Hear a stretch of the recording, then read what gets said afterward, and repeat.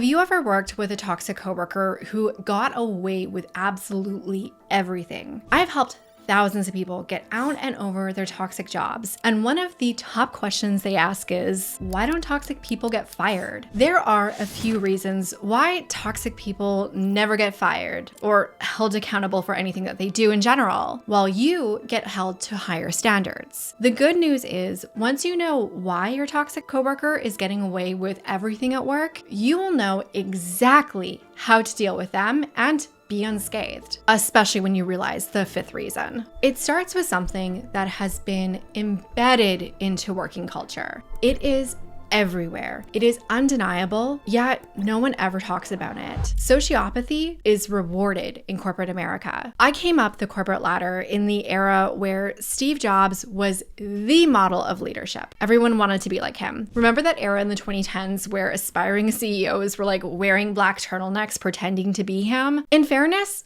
much of Jobs' leadership was admirable. He was a visionary who took big risks. Jobs was able to turn Apple from the brink of bankruptcy to the industry leader and one of the most profitable companies that it is today. He was charismatic. Not only was he a natural showman who took tech product launches and made them exciting, even in a time where personal computers were for nerds, but by many reports, he was individually charismatic and influential as well. In his biography, Walter Isaacson used the term reality distortion field to describe the influence that Jobs had on the people around him. He could convince people of their ability to achieve the seemingly impossible. That said, he also had a reputation for being an emotionally volatile micromanager. He was known for berating people for errors that they made or for just simply being imperfect. He was also extremely focused on the goals that he had set, and he pursued them ruthlessly. These qualities are what made Steve Jobs one of the most remarkable business leaders of our time. In fact, these qualities are probably ones that you think of when you think about a great leader. But these qualities are also associated with sociopathy. Yet, if you pick up any leadership book, they'll talk about the importance of these qualities. Of course, there are a lot of emotionally intelligent leaders that possess all of these qualities. They are not inherently bad or sociopathic, but so do leaders that put profits over people, which is basically all investors and shareholders care about. Deviating from the Jobs example, and to be very clear, I am not calling him or any individual a sociopath by any means, but I want to focus on the ruthlessness, because being cutthroat is expected in a lot of industries and professions. I spent most of my corporate career in New York City, which is hyper ambitious and competitive, and most people are only concerned with themselves, which you and I both know that throwing a coworker under a bus or laying off thousands of people needlessly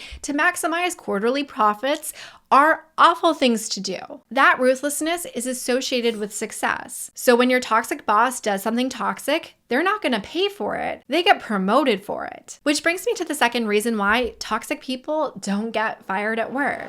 This is one that I call the toxic paradox. Growing up and through your career, you have been told repeatedly that if you want to succeed, you need to work hard. So you did. It paid off in school with good grades. And in the beginning of your career, it got you promoted fast. You were also taught to be nice and to get along with everyone. And that helped you form good relationships with your peers at work. You're the go-to person and everyone likes you. But then you hit a ceiling. While you've been trapped at that level, you've probably seen the worst people at work get ahead. Like your lazy coworker who spends all their time sucking up to the big boss, or your passive-aggressive coworker who takes credit for your work and everyone really hates. Except for the higher-ups, of course. Toxic people at work have mastered the art of kiss up, kick down. This is the type of person who you know did nothing on group assignments in school, but took full credit for the A. And the teacher always loved them. But now they're grown up and they're in the real world, yet they're still doing the exact same thing. They expend all their effort sucking up to the boss and the boss's boss's boss and pretending to be in charge. It should be obvious that they do not do anything, and they should get in trouble, right? By the way, let me know in the comments if you've worked with this type of person. Of course, they have no consequences. Instead, they get praise, promotions, and bonuses. And it's because they know the most important element of career success is perception, and they focus on it. When higher ups think that they are talented and full of potential, and they become their favorites, the toxic person's metrics don't matter. Cognitive dissonance is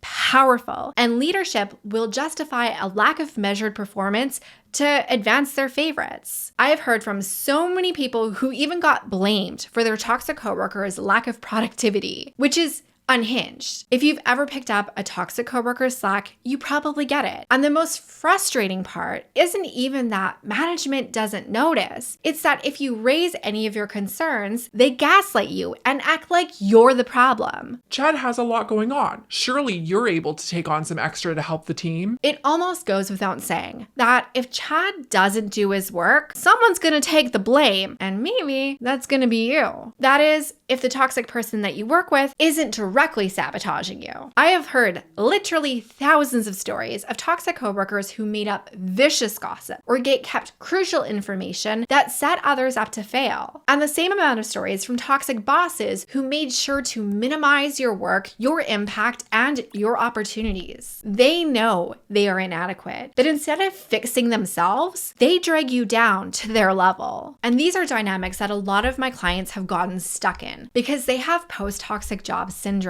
and they don't even realize it, which is awful because it is exactly what is triggering them to repeat the toxic job loop. If you have a toxic work experience, you need to know exactly how it's impacting you. Yet 90% of the people that I speak with have no idea the profound ways that their toxic jobs are haunting them and sabotaging them even long after they've left them. That's why I created a free assessment to understand exactly what you're dealing with. I've gotten so many notes from people who told me that simply taking this assessment opened their eyes and freed them from toxic job loops that they had been trapped in. If you haven't already taken it, I don't know what you're waiting for. Head over to toxicjobquiz.com and take it today. Now, one of the most common beliefs and frankly signs that you have post-toxic job syndrome is this. You believe the toxic paradox is unavoidable, but it's not. The lack of productivity and inferior performance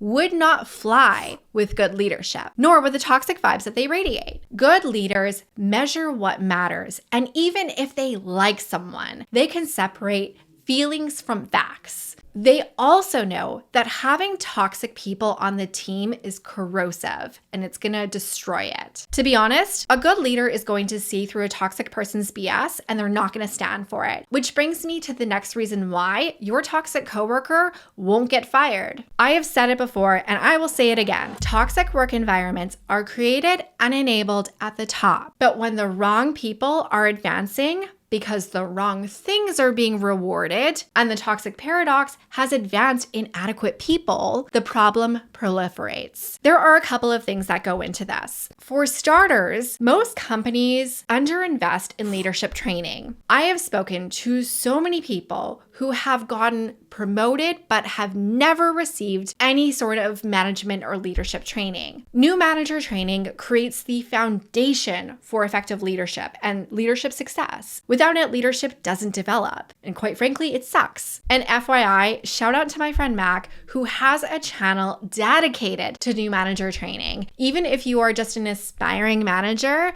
you need to check it out. It is amazing. If companies don't invest in leadership development, well, you get what you pay for. Another aspect of this is the leadership being modeled. I personally witnessed a seismic shift when I was working at one major company. Originally, leadership was very strong and very principled. The org unit I lived in invested heavily into leadership and work culture. But then there was a reorg. The business unit I was in was rearranged, and I actually ended up in a different part of the company from most of my peers. And when I heard their stories, I couldn't have been more relieved. The top executive in the reorganized business unit was not so pleasant. They were the type of leader who had unreal expectations, set people up to fail, and openly berated people. And of course, They played favorites, and all their favorites acted just like them. It didn't take long under the new leadership for that style of leadership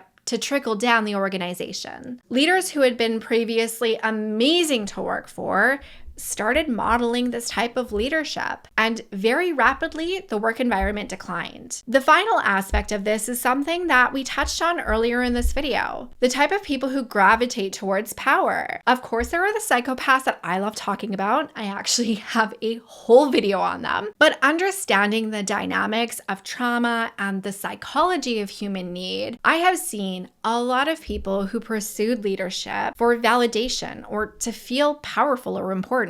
They are almost always insecure leaders because they're insecure people. No matter the driver of the weak leadership, the result is always going to be the same. Toxic people are tolerated, and some of those toxic people are going to be rewarded by toxic bosses with promotions. But there's something I see at play way more often, which is the fourth reason why toxic people don't get fired. One of my clients, we'll call her Ashley, had a toxic coworker. We're going to go ahead and call her Carol. Carol was one of those coworkers who was just essentially a lifer at the company that they worked for. She had been in the same job for years. She wasn't going to go anywhere, and she had a seemingly miserable life, which you would feel bad about if Carol didn't make it a point to make everyone around her just as miserable as she was. Carol nitpicked, gatekept, and threw her coworkers under a bus at every chance she had. Ashley told me that Carol was the worst part of her job. That said, Ashley already had the don't mess with me vibe going on. So for the most part, Carol stayed away from her and left her alone until one day. And of course, Carol chose the wrong day to try her. Now, I don't advocate for how Ashley reacted because she reacted. And when you react, you don't win. And this fed directly into Carol playing the victim. And Ashley was called into the manager's office. We'll call him Ted, where of course, Ashley was reprimanded. Ashley told Ted how difficult Carol was to work with and the negative impact that she was having not just on the team, but on the work that they did. If you've been in a situation like this, you already know how Ted responded. You need to learn how to work better with Carol. Ashley was irate. I mean, she kept that to herself in front of Ted, but she was so angry when she spoke to me after her meeting because Ashley didn't realize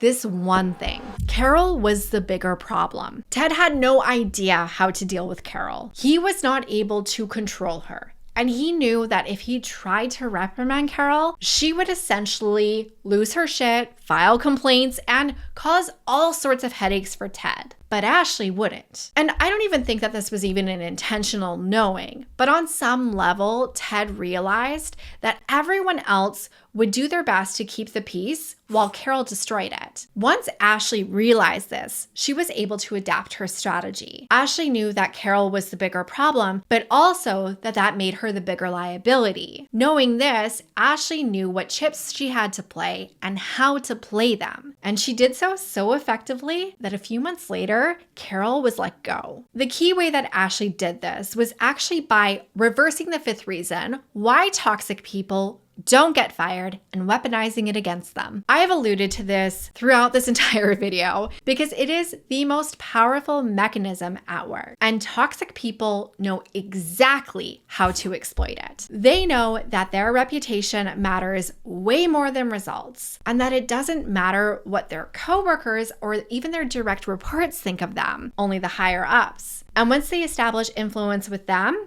they become untouchable. Toxic people are locked in on office politics, which you probably immediately cringe when you say that because you have been on the wrong side of dirty office politics and you want nothing to do with them. Toxic people leverage fear as their primary instrument of power at work. And it's ugly. What most people don't realize is that it's not the only way to play the game. Most people think that there's essentially two choices: sell your soul and play dirty office politics, or avoid them at all costs. But you can't really avoid them. According to game theory, anytime that you have two players, you've got yourself a game. Refusing to play the game doesn't mean that you're not playing. It just means that you're handing over the win. And you absolutely do not want to give toxic people at work anything, which is why smart people realize that there's a third option. And it's both ridiculously simple, and it doesn't require you to ditch your integrity. That's very important. You want to hold on to that. Instead, you're going to use 5 simple power moves to make you immune from toxic coworkers BS, just like Ashley did. And if you want to know what those power moves are, you're going to head over to this video right now where I am going to reveal them all. I'll see you over there, bestie.